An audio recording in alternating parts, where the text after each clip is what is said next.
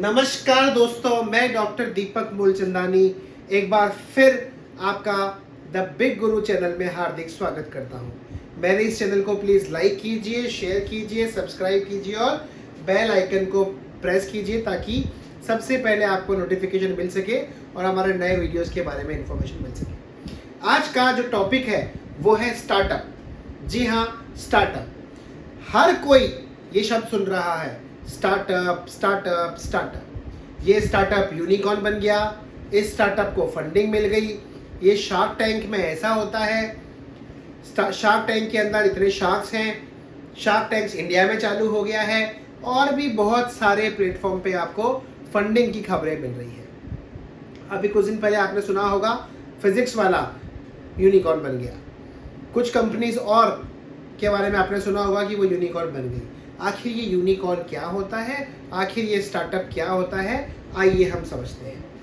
तो हमारा जो टॉपिक है वो है स्टार्टअप। अब क्या होता है स्टार्टअप, उसको हम लेकर के आगे प्रोसीड करते हैं। ये कोई आदमी है, ये कहीं जॉब कर रहा है, इसको सैलरी मिल रही है 25,000 रुपये महीना। ये कोई दूसरा आदमी है, ये भी कहीं जॉब कर रहा है, इसको सैलरी मिल रही है 27,000 रुपये महीने। अब क्या होगा कि ये जो ए है और ये जो बी है, ये दोनों की डेस्क पास पास में है। ए ने बी को बोला, यार 25,000 रुपये में कुछ नहीं होता।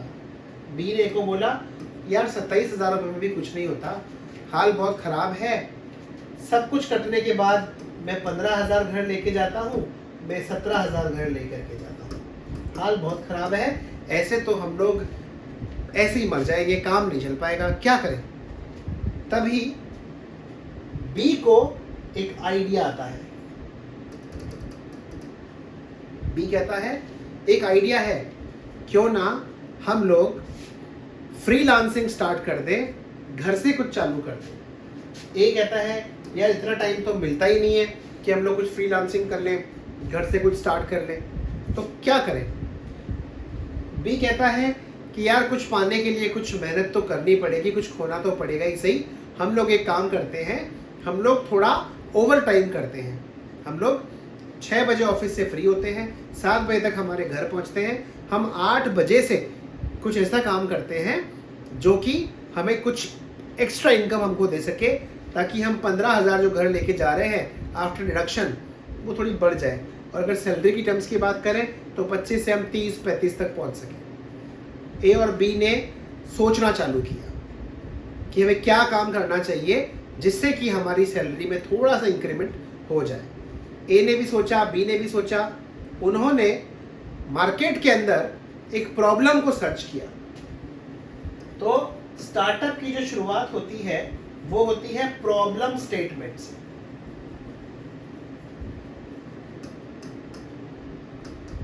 प्रॉब्लम स्टेटमेंट को उन्होंने ढूंढना चालू किया। अब पता चला कि अचानक से बी जो है वो रात को खाना वाना खाने के बाद में अपनी मदर को बोलता है कि माँ मुझे आधा गिलास गुनगुना दूध पिला दो। माँ ने कहा ठीक है, दूध लेकर के आई माँ।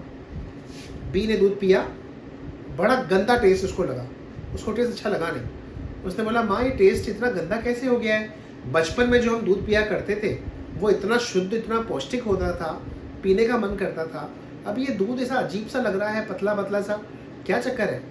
तो माँ ने बोला, बेटा पहले हम लोग गाँव में रहा करते थे और वहाँ पर जो दूध था वो शुद्ध हमें मिला करता था, अभी दूध वाला उसने मिलावट करके शायद लेकर के आता है और हम लोग वही मिलावटी दूध पीते जा रहे हैं, इसलिए इतना टेस्ट आजकल चीज़ों में रहा नहीं, किसी भी चीज़ में वो टेस्ट रहा नहीं। बी को प्रॉब्लम मिली कि जो दूध है वो अच्छा नहीं आ रहा, अच्छा नहीं मिल रहा, पौष्टिक नहीं है, उसकी न्यूट्रिशनल वैल्यूज़ डाउन होती जा रही है, हम क्या करें। उसने ए से इस बारे में डिस्कस किया। ए ने ये बात सोची तो थी लेकिन उसको अभी तक बिजनेस आइडिया इसमें कुछ नज़र नहीं आया। तो ए ने बोला ठीक है यार, हम लोग थोड़ा दूध पर ही रिसर्च करते हैं। तो इन्होंने A2 काउ मिल्क के बारे में रिसर्च स्टार्ट कर दी। A2 काउ मिल्क क्या होता है, उसकी न्यूट्रिशनल वैल्यूज़ क्या है। इस तरीके से ए और बी ने मिल करके A2 काउ मिल्क पे रिसर्च चालू करी, उसकी न्यूट्रिशनल वैल्यू के बारे में डिस्कस किया और बन गया बिजनेस आइडिया। अब ए और बी दोनों मिल करके सुबह और शाम बेंगलोर और मुंबई के कुछ इलाकों में दूध सप्लाई कर रहे हैं और 100 करोड़ से ऊपर का बिजनेस पिछले 2 सालों के अंदर बना चुके हैं। जी हाँ, 100 करोड़ रुपए से ऊपर का बिजनेस, सिर्फ एक आइडिया और 100 करोड़ से ऊपर का बिजनेस। अब इसमें इनका ग्रॉस मार्जिन कितना है, नेट मार्जिन कितना है, प्रॉफिट कितना होता है, ये बात की बात है। लेकिन हम जो डिस्कस कर रहे थे कि जो स्टार्टअप है उसका आइडिया कहाँ से स्टार्ट होगा, मतलब जो वो इसका इनिशिएशन कैसे होगा, उसका ओरिजिनेशन कहाँ से होगा, उसका ओरिजिनेशन होगा प्रॉब्लम स्टेटमेंट से। और जब प्रॉब्लम स्टेटमेंट मिल गया, उन्होंने जो रिसर्च किया, प्रॉब्लम स्टेटमेंट के बाद में जो उन्होंने रिसर्च किया और प्रॉब्लम को सॉल्व किया, तो जो प्रॉब्लम सॉल्विंग है अगर वो बहुत अच्छी है तो आप ये मान के चलिए कि प्रॉब्लम स्टेटमेंट जितना मजबूत होगा, उसकी रिसर्च जितनी मजबूत होगी, उतना ही अच्छा आपका प्रॉब्लम का सलूशन निकलेगा। अगर आपने मास की प्रॉब्लम को सॉल्व कर दिया तो ये समझ में आ जाएगा कि आपका स्टार्टअप चलने वाला है। कई सारे स्टार्टअप्स होते हैं जो कि आइडिया लेकर के आते हैं लेकिन उनको प्रॉब्लम नज़र नहीं आती, ऐसे स्टार्टअप्स फेल होते हैं। जैसे कि स्टार्टअप के अंदर एक व्यक्ति कोई सिप लाइनर बना के लेके आया, वो वाकई में एक स्टार्टअप तो था लेकिन उसकी नीड बहुत ज़्यादा लोगों को नहीं थी। तो ऐसे स्टार्टअप्स नहीं चलते हैं जिनका प्रॉब्लम स्टेटमेंट मासेस को इफेक्ट ना करता हो। जैसे अगर हम ओला की बात करें तो ये जो फ्रेंड्स थे, ये मार्केट में अब कहीं जा रहे थे और इनको कैब वाले ने बीच में उतार दिया, तो वहाँ से प्रॉब्लम स्टेटमेंट का जन्म हुआ। उनको लगा कि यार ऐसे तो ये कैब वाला कैसे कर सकता है, हमें बीच रास्ते में छोड़ दिया, हम कैसे पहुँचेंगे। पता नहीं कितने लोगों को ऐसी दिक्कत होती होगी।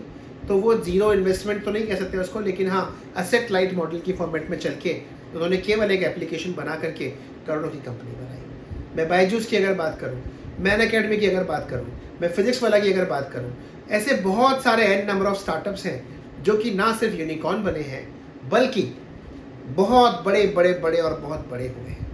जिनके पास में कुछ भी नहीं हुआ करता था, वो आज हजारों करोड़ों के मालिक बन करके अपने विजन को साकार करते हुए आगे बढ़ रहे हैं। इसके बाद जो स्टेटस आता है वो नंबर आता है हमारा कि हमने प्रॉब्लम का स्टेटमेंट निकाल लिया, हमने उसकी रिसर्च कर ली, हमने उसका सोल्यूशन कर दिया, अब हमें वो जो सोल्यूशन है वो प्रोवाइड करना है।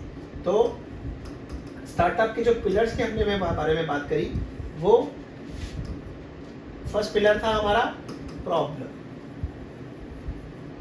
फिर रिसर्च करी, रिसर्च के बाद में हमने सॉल्यूशन दिया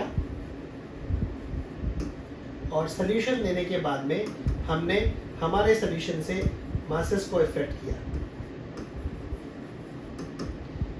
उसके बाद नंबर आता है फंडिंग। हमें पता है कि हमारा आइडिया चलेगा, इसको बिजनेस का फॉर्मेट हमें देना है। तो जो हमें फंडिंग चाहिए होगी वो हम कहाँ से करेंगे। तो फंडिंग के जो स्टेप होते हैं उसमें होता है, एक होता है बूटस्ट्रैपिंग। ये बूटस्ट्रैपिंग क्या होती है और ये जो फंडिंग होती है वो क्या होती है, इसके बारे में हम मिलेंगे, हम जानेंगे हमारे अगले वीडियो में। तब तक के लिए नमस्कार। मेरे को ये प्रेम देने के लिए आपका बहुत बहुत आभार। मेरे इस चैनल को लाइक कीजिए, शेयर कीजिए, सब्सक्राइब कीजिए। मिलते हैं नेक्स्ट वीडियो में। गुड बाय, जय हिंद।